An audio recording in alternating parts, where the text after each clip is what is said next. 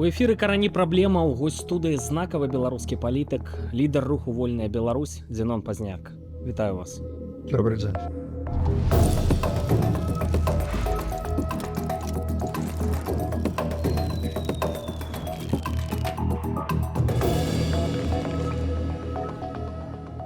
Зенон Станіславович, у апошні раз мы размаўлялі напрыканцы года, мінула 2 з лішнім месяцаў, і многае змянілася, шмат што адбылося.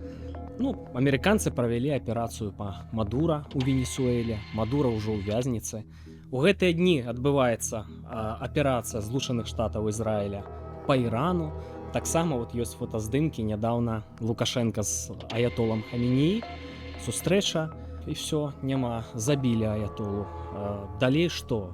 Напэўна, Куба, напэўна, Нікарагуа. Амерыканцы трымаюць Беларусь у фокусе. І хоць Трамп кампліментарна выказваецца пра Лукашэнку, ці гэта не чорная метка? З улікам стратэгічнай важнасці Беларусі людзі задумваюцца, разважаюць. А ці можа такое быць, што і па Лукашэнку правядуць падобную аперацыю? Не, гэта памылковыя думкі. Лукашенко на захадзе нікому не пагражае. У Лукашэнкі ёсць адзіны вораг, які можа яго знішчыць. Так.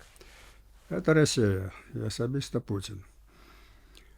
А не ведаю, ці ён гэта разумее, але ён выконвае праграму рускага міра, і калі на ту праграму выканае, рускі мір яго знішчыць. І гэта ўсё ідзе на шляху знішчэння беларускай нацыі, культуры. І гэта яму лёгка ўдаецца, бо ён па сваёй псіхапатыі, ён ненавідзіць усё беларускае. І гэта расейцы выкарыстоўваюць. Але калі ён гэта ўсё зробіць, дакладней, калі расейцы яго рукамі зробяць то, што яны хочуць, знішчыць палітыку, знішчыць Беларусь, культуру, мову, школу, ўсё это робіцца, то тады ім Лукашенка будзе не патрэбна, яны знішчаць яго. Таму гаварыць аб тым, што яго чакае такі лёс, як Мадур, і ўсё, ніхто захад ім не будзе займацца для таго, каб знішчыць, ён ім не перашкаджае. Іншая справа, што выкарыстаць яго, пакуль што толькі Злучаныя Штаты Амерыкі паказалі свой інтэрас. Тая аперацыя супраць Ірана, якую распачалі Злучаныя Штаты і Ізраіль, яна працягваецца, і Лукашенка тут апынуўся ў цяжкім стане. Таму што ён дастаткова разумна адчуў, што трэба сваёй палітыцы абапірацца на магчымасці кантакту з Амерыкай. Тое, што над ім вісіць Пуцін як каршун, это не значыць, што яму гэта ўсё падабаецца. Ён хоча быць таксама свабодным. Але свабодна не змог паляцець на Раду міра. Так, не змог, таму што перад гэтым была беседа з Пуціним. І зважыўшы ўсю сітуацыю, ён не паляцеў.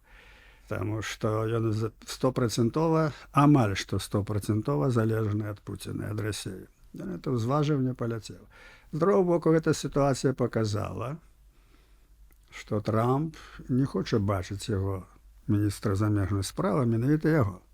А калі распачалася эта кампанія з Іранам, тут ён спачатку ў першыя дні праводзіў вельмі правільную палітыку, ён стараўся вельмі акуратна выказвацца, таму што яму невыгадна страціць кантакты з Трампам, з Злучанымі Штатамі, бо ён адчувае пагрозу з боку Расіі. І ён аб'явіў, што вераломны напад Злучаных Штатаў Ізраіля на Іран. Ізраіля пры падтрымцы ЗША. Пры падтрымцы ЗША, і што Хаменей гуманны чалавек, і так далей. На гэта трэба звярнуць увагу, таму што я лічу, што гэта небяспечны званочак. Чаму так сталася, на мой погляд? Перад гэтым былі кантакты з Пуціним. За некалькі дзён. Так. Маё такое ўражанне, можа быць, ўражанне нікому не цікава, але ёсць некаторыя звесткі, якія нічым не пацверджаны. Але лагічна вынікае так, што пытанне паўстае аб магчымым міры з Украінай. І гэты мір для Пуціна не патрэбны, таму што ён не з'яўляецца тут пераможцам. Але можна кампенсаваць гэта Беларусі. Паказаць перамогу. Паказаць перамогу на гэтым фронце. Это значыць, паўстала пытанне аб фактычна утварэнні саюзнай дзяржавы як адзінай дзяржавы. Зараз это такі фантом.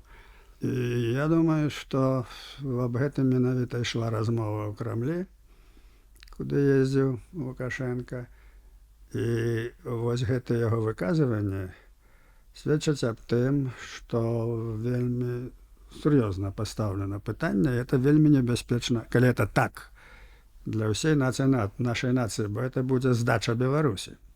Можа, ён інтуітыўна это адчувае, мог бы ўратавацца менавіта разыгрываючы адносіны з Штатамі, з Амерыкай, з Трампам. Але гэта ўжо залежыць ад яго магчымасці як палітыка. Я назіраю яго апошнія выступы.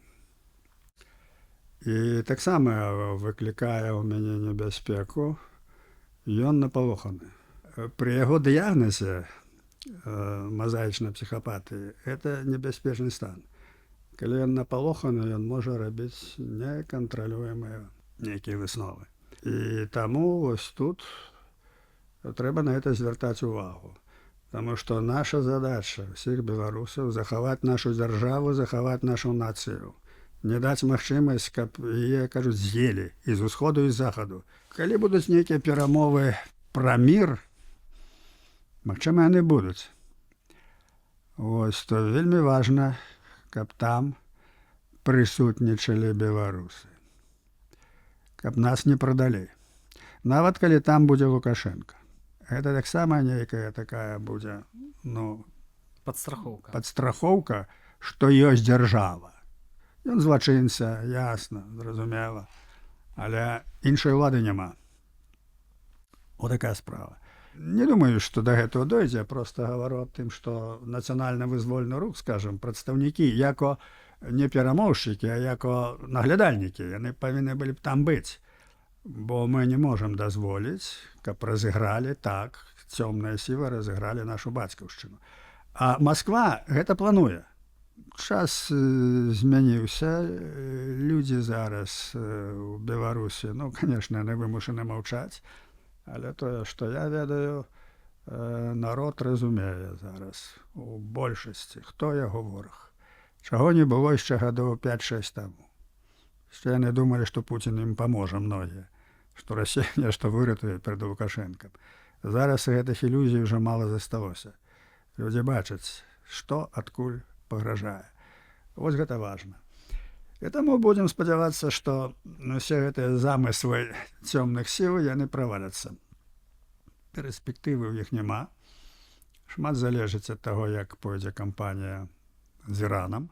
Пытанне будзе не такое простае, але калі будзе дасягнута тое, што Іран не зможа даваць зброю Расіі, падтрымліваць шахедамі ўсім, гэта ўжо будзе вынік. І што датычыць нафты таксама. Так што сітуацыя зараз яна абвастрылася, як кажуць, на ўсіх фронтах, у тым ліку і Беларусі. Але не трэба думаць, што сілы зла і Расія ўсе з усімі сваімі планамі маюць перспектыву.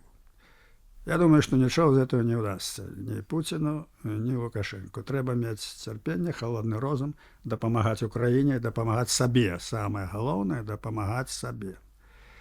А дапамога можа быць і на ўзроўні сям'і.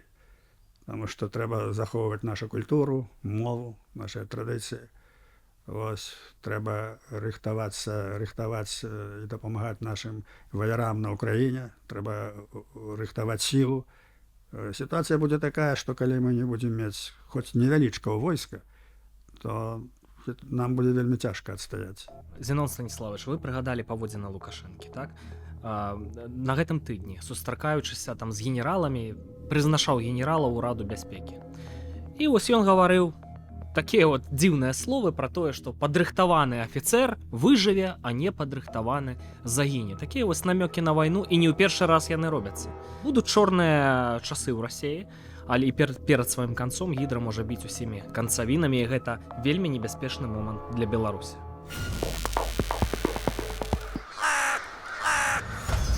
На 5-й год поўнамаштабнай вайны становішча Расіі мяняецца. Пуцінская эканоміка набліжаецца да надлому.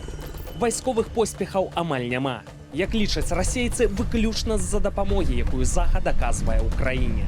У такім становішчы расейцы, напэўна, задумваюць скарыстаць казырную беларускую карту, каб паспрабаваць змяніць сітуацыю. Для гэтага ім трэба ці вельмі моцна спалохаць Еўропу, ці звязаць ёй руку пэўным канфліктам у самой Еўропе. А самы зручны плацдарм для гэтага гэта Беларусь.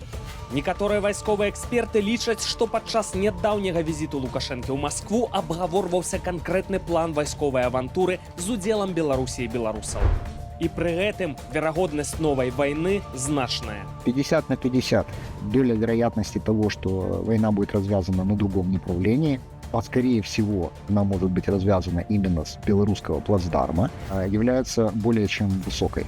Это будет просто кровавой баней и уничтожением всего, что называется белорусским народонаселением. Повестка рассматривается как потенциальный смертный приговор тому, кто эту повестку получает.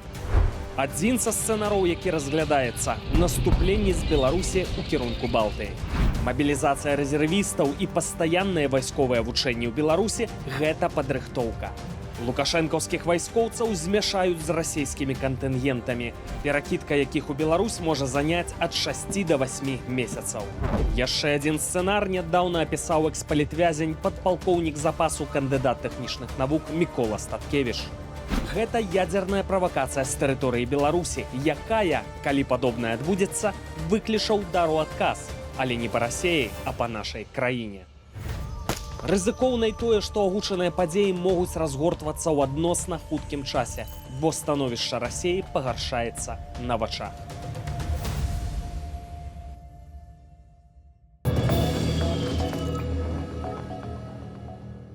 Варианты, сценары с войной, но это катастрофа просто для нас. И вот это вот сценар ядровой провокации с ударом по Беларуси, наколькі гэта рэалістычна, ось наколькі рэалістычная гэта небяспека? Лагічна гэта магчыма, але на справе гэтага не будзе. Нічого з этого не атрымаецца. Не трэба страшыць самого сябе, але не трэба апускаць рукі, трэба асцярожна глядзець, кажуць, на рукі ворага. Ось. У гэтай сітуацыі, якая зараз склалася, не будзе Расія адкрываць нейкі яшчэ фронт там з Балтыі ці з Польшчы. Это ўсё глупства. Хаця магчымасць такая ёсць, безумоўна. Трэба мець это на ўвазе. Ось. Што датычыць, як сябе павядзе Расія, калі яе загоняць у кут, і калі яна пацерпіць крах, то да гэтага не дойдзе пакуль што. І гэта разумее Амерыка, разумее Трамп. Таму яны праводзяць такую, для некаторых незразумелую палітыку. Таму што, вы паглядзіце, адбываецца вайна Расіі, агрэсія супраць Украіны. Адбываюцца адначасна перамовы пра мір. Адначасна розныя пагрозы Пуціна, што там будуць другісныя санкцыі і так далее. Все это цягнецца. Тут така прападае Мадура з Венесуэлы, все, пытанне закрыта для Расіі. Так? Іхныя танкеры, як кажуць, арыштоўваюцца і так далее. Вот. Потым цяпер мы бачым чарговае з Іранам. А гэта хаўруснік? Важны хаўруснік у гэтай восі зла. Это хаўруснік. І паступова амерыканская палітыка вядзе да таго, што яны паступова звужаюць кола вакол Расіі, вакол Пуціна, не заганяючы яго ў кут. Бо сапраўды небяспека ёсць, калі поўны крах загналі ў кут, ён можа ўжыць зброю атамную. Ён пра гэта гаварыў. І гэта псіхапатычны тып, што менавіта на такое яны здольны. Гэтыя людзі, у іх няма ніякой адказнасці. Яны безбожнікі, яны нішто не веряць абсалютна. Таму это ёсць небяспека. І тое, што зараз праводзіцца Амерыка, яна праводзіць вельмі рацыянальную палітыку, вельмі смелую. Потому что вот то, что адбываецца, это чарговы раз сведчыць, што Трамп вельмі выніковы прэзідэнт. Больш выніковага за апошнія 100 гады ў Штатах не было. За кароткі час ён дасягнуў вельмі многага. І таму тут трэба разумець, што галоўнае пытанне крыецца вось тут. Украінска-расійская вот гэтая вайна, вось гэтая залежнасць Беларусі да карней рэжыму ад Расіі, іхныя планы, якія яны замышляюць. Вот. А фантазировать, что там можа, калі нешта здарыцца, ну, можна про это подумать, але верагоднасць гэтага вельмі невялікая. Тое самае, як з гэтым мар'янпольскім каридорам і так далей. Не будзе Расія ўвязвацца ў чарговую вайну зараз. Няма і сілы, і магчымасці. І это абсалютна цяпер пакуль што не патрэбна. Таму што тут фантазировать? Што датычыць гэтых меркаванняў, што Расія праводзіць сваю стратэгічную палітыку так, каб падставіць Беларусь у выпадку ядзернай вайны. Гэтае пытанне яшчэ разглядалася депутатамі Верховного Совета Народного фронта. Это вядомая рэч. Это банальная истина. Это 100 раз написано об этом, что Россия в этом зацікаўлена. Каб, як кажуць, бомбы, калі пачнуць кідаць, то каб не по Москве, а по Менску. Это іхная палітыка, это вядома ўсім. То, што там зараз пачынаюць адкрываць Амерыку і пісаць нешта, ну хай пішуць, бо нарастае новае пакаленне. Яно магло не чытаць таго, што раней было напісана.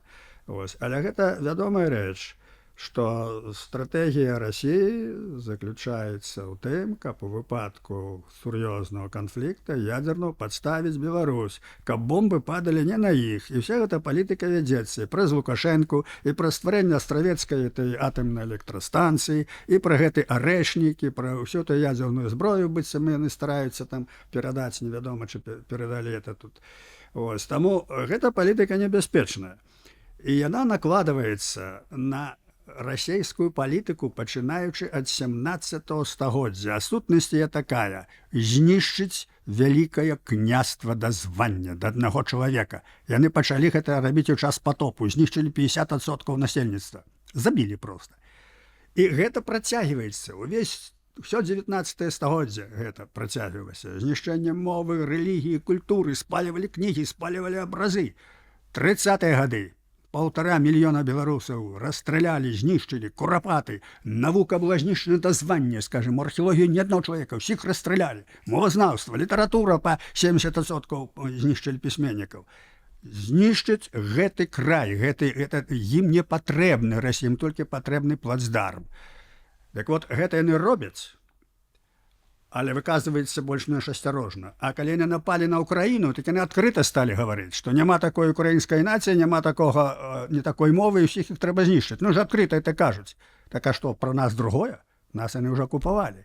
Ведаеце, вот у змаганні за свабоду, за дэмакратыю, за сваю нацыю, за культуру, першае, што трэба ўясніць, хто вораг. Калі гэтага не зразумець, значыць, нічого не будзе. Вас гэты вораг голымі рукамі возьме і з'есць. Наш вораг спрадвечны – гэта Расія. Яна не бачыць увогуле нашага існавання на планеце. Ні нас, ні Украіны. Гэта трэба зразумець. І ўся палітыка павінна рухацца ў гэтым накірунку, каб нам выжыць. Што ў нас ёсць вораг, як кажуць, біялагічны, кажуць, сацыяльны і палітычны, і гістарычны на ўсходзе. І цяпер гэта адбываецца. Яны паставілі свайго псіхапата і яго рукамі нішчаць нацыю. Вы ж бачыце, што адбываецца. Колькі людзей выехала за мяжу і не могуць яшчэ гэтага зразумець. І колькі забіта і паранена, больш за мільён. Таму гэта вельмі важна нам разумець, і калі гэта будзе разуменне на такім узроўні, калі ўся нацыя это разумее, то мы тады непераможныя. Таму што па параўнанню з Расіяй у нас вялікія плюсы, у нас вялікая гісторыя, культура, узровень інтэлектуальны, ментальны, людзі, ніякага параўнання. І вось гэта першаснае, што трэба усвядоміць, хто наш вораг. Таму што заўважце, вся палітыка вот пры Савецкім Саюзе, вся палітыка, народы братья, мы друзья. Вот. Вас не было. С 17-го года мы придумали Беларусь. Беларусь зрабіла Россия. Ну, это ж их новая политика. У подручники такие были. Увесь час было так, каб знішчыць нацыянальную годнасць і паказаць, што твой вораг – это ёсць твой сябра. Не трэба страляць, просто можна задушыць, ласкава прыпяваючы. Вот, шырака страна моя родная. І вас не будзе. І таму трэба думаць і галавой, і сэрцам, што нас знішчаюць, і хто наш вораг. Вот у нацыянальна-вызвольным руху гэта галоўная задача. Вот это першае трэба ўясніць. І другое, што трэба ўясніць, это свабода. Мы павінны мець незалежнасць дзяржаўную. І трэцяе, што мы павінны ведаць, на чым трымаецца беларуская нацыя, на чым мы жывём? Мова. У нас галоўна ёсць беларуская мова. Наша нацыя тады моцна жыве, калі ёсць беларуская мова. Вялікія людзі, класікі, Францішак Баўшэвіч пра гэта пісаў. Шануйце мову нашу беларускую, каб не ўмёрлі. У розных па-рознаму. Там прыводзяце там, скажем, Швейцарыю. Швейцарыя зусім другой. Мы не Швейцарыя. Там зусім другая сацыяльная структура і гістарычна. Мы не ірландцы. Таксама. У іх другія праблемы. Іх трымала не мова, іх трымаў каталіцызм. А нас што? А нас мова. Так вот, гэтыя аспекты, калі гэта усвядоміцца, і сітуацыя зараз такая, вот это, асабліва вайна на Ўкраіне паказвае, што трэба думаць, трэба асвячацца, трэба это зразумець. Можа, Бог даў нам такі час цяжкі перажыць, каб людзі зразумелі, што, паслухайце, калі вы хочаце свабоды, калі вы хочаце захаваць сябе, вось, сваю будучыню, то думайце, што вам пагражае і што трэба захоўваць. Так што, які б не быў бы цяжкі час, які мы перажываем, але маем на ўвазе, што ён для нашай будучыні, ён нас гартуе таксама. Украінская нацыя, якая з 22-го года узяла на сябе страшны цяжкі удар гэтай імперіі, от пасля вайны это будзе зусім другая нацыя. Яна ўжо другая. Это ўжо будзе моцна спаяны народ, таму што ён прайшоў праз гэтыя ахвяры, прайшоў праз эту вайну, убачыў гэтую дзікасць ардынскую. Это ж ўсё на віду народа робіцца. Вось гэта цяжкі час, гэта украінцы, калі выйдуць з гэтай вайны, яны выйдуць моцнымі. Яны будуць моцнай, спаянай, культурна нацыяй. Вот як трэба расцэньваць. І, безумоўна, што трагедыя ёсць трагедыя, але мы ў гэту трагедыю трэба змагацца, трэба выстаяць.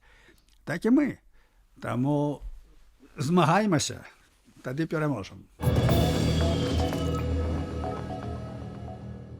На 4-ю гадавіну паўнамаштабнага ўварвання ва ўкраіну, паўнамаштабнай вайны, нацыянальна-вызвольны рух «Вольная Беларусь» апублікаваў мемарандум. Там сказана пра, як мне падалося, пра магчымасць, якую Украіна пакуль што не скарыстала. Цытую. Згуртаванне беларускіх ваяроў і беларускіх аддзелаў, што ваююць на франтах Украіны супраць Масквы, у больш структураваную і асобную вайсковую і палітычную адзінку, якая стала б асновай будучага вызвалення Беларусі. Беларускае вызвольнае войска, вот раней вот так это гучала. Так, могуць быць розныя назвы вот этой структураванай вайсковай і палітычнай адзінкі. Ну, а навошта гэта украінцам і ўкраіне? Ці не страшаны для гэтага час? Это наша праблема. І, безумоўна, што украінцы нам маглі б і могуць у гэтым дапамагчы. Думаю, такі час зараз, што з'явіцца такая магчымасць, але Украіна в гэтым павінна быць зацікаўлена. Ось. Таму я ў гэтым не сумняваюся. Але гэта в асноўным нашыя праблемы. Это нашыя праблемы. А што датычыць мемарандума, сутнасць яго, это сутнасць, адно з галоўных палажэнняў, як павінна скончыцца вайна. Бо цяпер ідзе такая палітыка, што трэба заключыць мір. Розныя падходы. Значыць, Расія не хоча ніякого міра. Это зразумела. Альбо мір такі, які выглядаў бы капітуляцыяй. Забраць Донбас, забраць усё, і каб распушчана было войска і гэтак далей.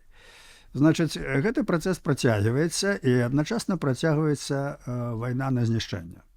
Вось, расейцы кожны дзень, кожную ноч бамбардуюць украинские города, забивают людей и думают таким чином знясилить народ. Так вот, наш анализ показывает, что у этой ситуации, першее, вельми героічна себе показаў украінскі народ і украінскае войска. За вельмі кароткі час яны стварылі вытворчасць дронаў. Потым яны стварылі «Фламінго».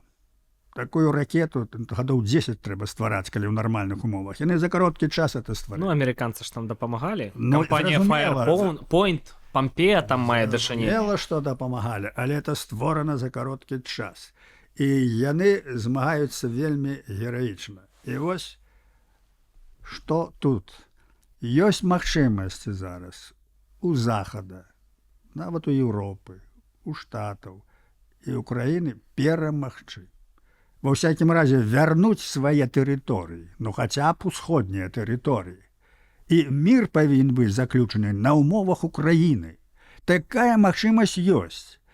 Наш аналіз паказвае, ну для гэтага трэба жорсткая пазіцыя Захаду, Еўропы, Амерыкі, жорсткая, а не такая, якая была ўвесь час, і якая працягваецца. Умиротворення. Так, такое шуканне кампрамісаў, каб ім добра было, каб, знаеце, там мы потым дадзім тыя самыя інвестыцыі, там падымем усё, но это чамберлянаўшчына. Паслухайце, так было ў 30-е гады. Такая гульня была с Мюнхенская Гитлером. змова. Это тая самая психология. И вот что важно, что зараз мы заўважылі, что Украина мае такую магчымасць. Яны на ўздыме, яны добра зараз як даюць у косці маскалям. Сваімі дронамі, сваімі ўсё. І войска пры ўжо цяжкасці, у іх у войска на пазіцыях у 5 разоў меней, чым у расейцаў. І тым не менш яны забіраюць тэрыторыі. І вот тут трэба дапамагчы, таму што для таго, каб быў мір, вот это галоўнае ў гэтым, павінна быць перамога Украіны. Расія павінна пацярпець паражэнне. Ці мір павінен быць некарысны для Расіі. Вот што, і тады будзе мір. Калі заключана некае кампраміснае пагадненне на 2-3 гады, это пагадненне, каб Расія зноў пераабулася, пераўзброілася і пайшла б дзе-небудзь у другім накірунку. Міру не будзе. Павінен быць знішчаны дракон. Ёсць такая магчымасць. Вот сутнасць у гэтым самым гэтага мемарандума. І заканчэнне гэтага мемарандума, што беларусы, мы, як кажуць, намёртва звязаны зараз з лёсам Украіны. Мы павінны дапамагаць украінцам усімі сіламі. І вот эта ідэя аб тым, што Еўропа, Захад, час настаў, дапамажыце. Вот час настаў з Іранам, і справа пайшла. Но з Украінай жа таксама час настаў. Вот. Таму пасля таго, як будзе скончана з Іранам, трэба дапамагчы вельмі сур'ёзна Украіне. Ёсць такія магчымасці. Ёсць. Это хорошая была палітыка. І тады быў бы мір, таму што пасля гэтага Расія ўжо не паднялася б. Я думаю, она развалілася б. Калі гэты час будзе ўпушчаны, бо я лічу, што 22 год і 23, калі была магчымасць даць магчымасці Украіне закончыць эту вайну, яна была страчена эта магчымасць при прэзідэнце Байдене. І цяпер появляецца магчымасць, калі яна будзе зноў страчана, то яна можа быць працягнута ўжо з другімі канфліктамі. Вот тады можна было беларускага гаварыць... плацдарма. Да, беларускага плацдарма. Мемарандум это выпусцілі не выпадкова, таму што ёсць такі шанс, яго цяпер Захад мог бы выкарыстаць. Вот так, як і з Іранам, так і з Украінай. І у мяне ёсць спадзяванне, бо я, назіраючы за палітыкай Трампа, бачу, што гэта вельмі разумны палітык, вельмі практычна рацыянальны. У яго асобы стыль свой, яго не разумеюць. Вот, асабліва з Грэнландыі это паказана было. Вот. Але ён выніковы. Ён выніковы. Ён сапраўды заключае мір. Ось 20 гадоў. Ён один конфликт армяно-азербайджанскі. Ну, это ж ён зрабіў. Пакистан, Індыя. Так, Пакистан, Індыя. Ледзьве не разгарэлася. А Венесуэла, а Панама. Там ужо былі кітайскія інвестары. Наполовину кітайскія, все. А Панаму, это ж зрабілі амерыканцы. Іхныя ідэі, іхныя грошы, іхныя ўсё. Яны аддалі гэтую Панаму на пэўных умовах.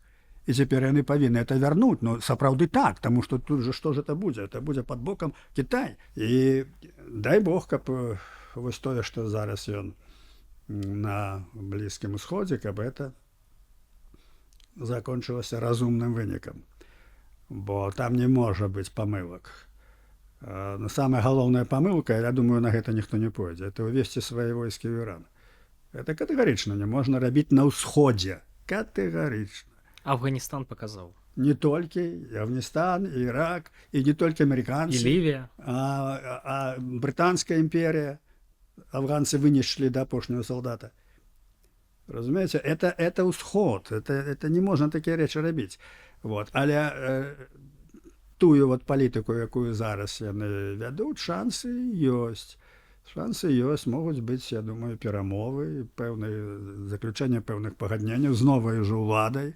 Вот, напэўна, так і будзе. Вот. І галоўны вынік, калі будзе, а я думаю, калі будзе нешта заключацца, то гэта будзе пастаўлена. Спыніць дапамогу Расіі. Зброяй, шахедамі, усімі. Гэта будзе галоўны вынік. Бо галоўнае то тут, у нас у Европе. Вось это галоўна. Трэба эту вайну спыніць, бо яна можа разліцца, пакуль Расія не будзе развалена, разбіта, яна можа развярнуцца на ўвесь свет. Гэта галоўны вораг, і гэта галоўная небяспека для свету. Это Расія. Зенон Станіславович, вы разважалі пра тое, вось у чым Украіна зацікаўленая. Будзе візіт Ціханаўскай ва Ўкраіну. Вот такі вот яны зрабілі выбар. Паралельна выходзіць наша перадача, і ў гэты дзень у Брусэле, я маю інсайдерскую інфармацыю, адбываецца такое непублічнае мерапрыемства. Там вельмі сур'ёзныя ўплывовыя колы, значыцца, хочуць выразіць падтрымку Віктару Бабарыку, што вось палітык адсядзеў 5 год, з яго пачалося палітычнае ўзбуджэнне 20-го года, ненапражныя рэбяты, па-руску гавораць і гэтак далей. Нават бел-чырвона-белы сцяг павесяць. Ці які там яны планавалі? Белы, як у Ватыкане. Што вот это вот перспектыўная асоба, міралюбівая, з усімі мір, з Масквой мір, з Кіевам мір, з Захадам мір, канструктыўны чалавек, тэхналагічныя гіганты іх падтрымліваюць, там, кампанія ЕПАМ, ну і гэтак далей. Ну, як вы думаеце, ці магчыма сёння пралічыць, хто рэалістычна можа ўзяць уладу ў Беларусі? Слухайте, вот то, что вы говорите, это полная пустота. Все это Ціханаўскія, Бабарыкі, это абсолютно ничто. Яны не маюць ні ўлады, ні палітычнага капітала, нічога. Ну, Брусэль, Еўракамісія. Не, так ім даюць грошы. Вони дають гроші, я казав, от губної помади і кончаються шкарпетками. Все на чужі гроші. Отберіться від грошей, це НДА, це не державна організація. І вся їхня політика скончилася. Що дотичить Зеленського. Я думаю, що на Зеленського був натиск з боку Європи.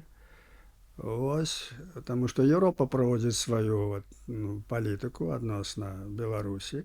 Яна зрабіла вот эту проксі, тих вот людей, яких фінансує. Яны, значить, підтримують санкції, там, агучують які там ідеї європейські, їх возять по різних там країнах. І тактика вельми проста. По-перше, посилаючися на їх душить Білорусь, бо що значить санкції? Режим уж это не почим, він пішов в Росію. Это в основном державу нищить. Вот. А по-другое, калі адбудуцца нейкія перамены, а цалкам магчыма яны будуць, то тады на спіне свайго проксі, яны ж фінансуюцца імі, заехаць у Беларусь, паспрыяць дэмакратыі і ўсё, і мець, так сказаць, сваіх марыянетак. Это элементарная палітыка, толькі даволі такая, грубая. Так это рабілася з Паўднёвай Амерыкай, Штаты так рабілі ўсё. Это шаблон. Вот этот шаблон зараз Ціханаўскай ён не спрацаваў. Ён не спрацаваў, але ён яшчэ ёсць. Ну, а што датычыць, што хочуць паўторную зрабіць проксі там з Бабарыкі, то тут яшчэ горай. Тут нічога ўжо не будзе, таму што гэта абсалютна адыграная карта. Таксама без ідэалогіі, без нічога, это просто выкліча смех. Таму я не лічу нават патрэбным сур'ёзна об этом гаварыць, тым больш, што беларусы за гэтыя 4 гады войны на Украине, яны шмат поразумнели. Яны уже ведают, что это такое прокси, что такое Бабарыка, что такое Газпром. Што адбылося ў 20-е гады, масы беларусаў ўжо ведаюць, ужо адкрыліся вочы, яны ўсё то ведаюць. Вот. А гэтыя людзі былі ізаляваныя, яны яшчэ жывуць у 20-м годзе. Зараз не 20-й год, 26-й. Вот. І Еўропа бы гэта павінна разумець. Ну, кажуць, яны этого не надта разумеюць. Вот. Таму я не лічу, што это сур'ёзная нейкая падзея будзе, ці што. Ну, можна даць этому ацэнку, і ўсё, і, як кажуць, забыцца. Галоўнае дапамагаць Украіне, Украіна павінна перамагчы. І нашыя ваяры там павінны, кажуць, таксама гуртавацца, каб потым пры патрэбе прыйсці ў Беларусь. Нам не трэба дывізіі, нам хопіць роты. Аддзяленне украінцаў, аддзяленне то колькі? 20 чалавек? Удзельнічала ў Эстоніі у манёўрах НАТО. Это было больш за год таму, насамрэч. Ну, было. Но тым не менш, это анекдотычны выпадак. Это 12 чалавек раздзяўбалі 2 батальёны ўшчэнт. І кіраўнікі НАТО сказалі, што ну мы, такое слова, як кажуць, нецэнзурнае, але што мы сядзім там у адным месцы, што НАТО, яно не здольнае да сучаснай вайны. Панове, вы маеце F-16 і ўсё. Но да сучаснай вайны вы не падрыхтаваны. І Пуцін, дарэчы, это ведае. А самыя падрыхтаваныя зараз украінцы і расейцы. Вот это войскі, якія вядуць між сабой сучасную вайну. Вот яны падрыхтаваныя. Вот. Так вот, зараз задача памагчы Украіне. Украіна павінна, кажуць, мир павінен заключаны на умовах Украіны. Вот так павінна быць.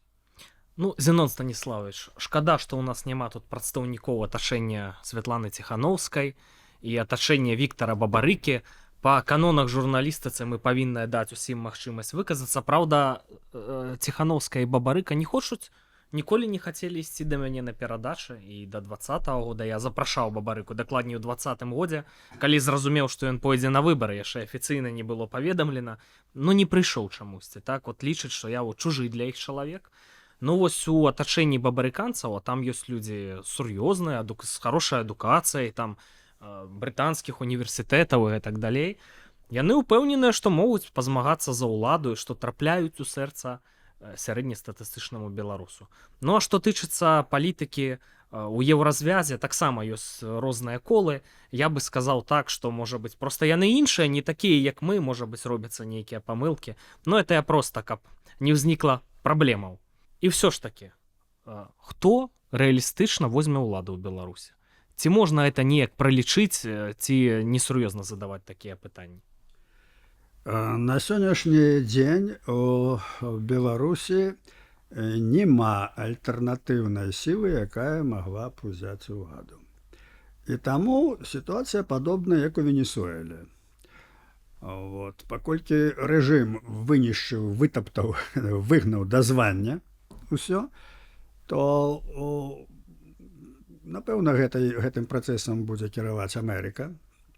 Калі адбудзецца мір на умовах Украіны і Расія будзе ў бэце, ось, то тады цалкам магчыма, што стаўка будзе зроблена на нейкія колы бюракраты ці номенклатуры лукашысцкай, якая будзе больш лаяльная, яна перабуецца, дарэчы.